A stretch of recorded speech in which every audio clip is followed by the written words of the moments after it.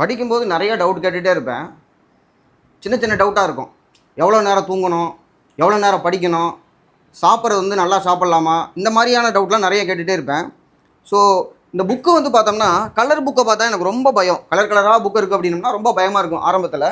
So குருநாதர்கிட்ட போயிட்டு இந்த மாதிரி சார் என்ன சார் எல்லாம் கலர் கலர் புக்காக வச்சு படிக்கிறாங்க, பெரிய பெரிய புக்காக இருக்குது அப்படின்னு கேட்பேன். அப்போ வந்து பார்த்தோம்னா டாட்டா மெகர்கள் இவ்வளோ மண்டை பெரிய ரொம்ப பெருசாக இருக்கும், தலகாணி மாதிரி இருக்கும். அப்புறம் தருண் கோயல் ஆத்தர், அரிஹந்த் பப்ளிகேஷன். இப்போ அரிஹந்த் பார்த்தாலும் மனோகர் பாண்டே, அப்போ வந்து தருண் கோயல் ஆத்தர். அதை பார்த்தாலும் பயமாக இருக்கும், ஏன்னா ஃபுல்லாக இங்கிலீஷில் வேறு இருக்கும். அப்புறமா பார்த்தோம்னா ஃப்ளமிங்கோ வந்து பார்த்தோம்னா, ஃப்ளமிங்கோ அப்படிங்கிற புக்கு தமிழில் பெரிய ஒரு மண்டை புக்கு.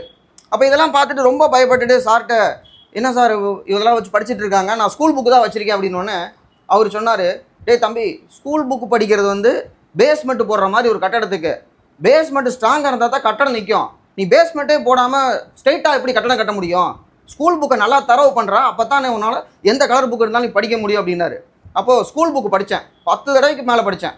அப்போ தான் வந்து என்னென்னா, ஒரு கேள்வி கேட்டால் 250வது பக்கத்தில் மேலே இருந்து 4வது லைன் பாருங்கள் அப்படின்னு ஆன்சர் சொல்கிற அளவுக்கு அந்த புக்கு வந்து, ஏன்னா திரும்ப திரும்ப திரும்ப படிக்கும்போது ஆட்டோமேட்டிக்காக அது வந்து மனப்பாடம் ஆயிரும். அப்போ கால்ஃபர் வேறு இல்லை, கால்ஃபரே இல்லாமல் உட்காந்து நம்ம படிக்கிறதுங்கிறது ஒரு வேறு லெவல். ஏன்னா ஒரு கால்ஃபர் இருக்குன்னா ஒரு வெறி இருக்கும், வேகம் இருக்கும். கால்ஃபரே இல்லைன்னா எப்படி படிக்கிறது? படித்தா தான் வேலை கிடைக்கும், போட்டியில் நம்ம ஜெயிக்கணும்னா அதை படிக்கணும். அந்த மாதிரி ஸ்கூல் புக்கை நல்லா தரவு பண்ணேன். இப்போவுமே உங்களுக்கு ஒரு 130 கொஸ்டின் வரைக்கும் ஸ்கூல் புக்கு படித்தா பண்ண முடியும்னா, அதனால் தரவு பண்ணிட்டு தான் அடுத்த 20-25 கொஸ்டின் நம்ம எய்ம் பண்ண முடியும். ஸ்ட்ரெயிட்டாக வந்து நான் வந்து ஸ்கூல் புக்கை படிக்காமல் வந்து ரெஃபரன்ஸ் புக்கை மட்டும் படிக்கிறேன் அப்படின்னோம்னா அது நமக்கு செட் ஆகாது. ஸோ ஸ்கூல் புக்கை நல்லா தரவு பண்ணுங்கள், அதுக்கு மேலே ரெஃபரன்ஸ் புக்கோ கரண்ட் அஃபேர்ஸோ நம்ம வந்து படிக்கலாம். தேங்க்யூ.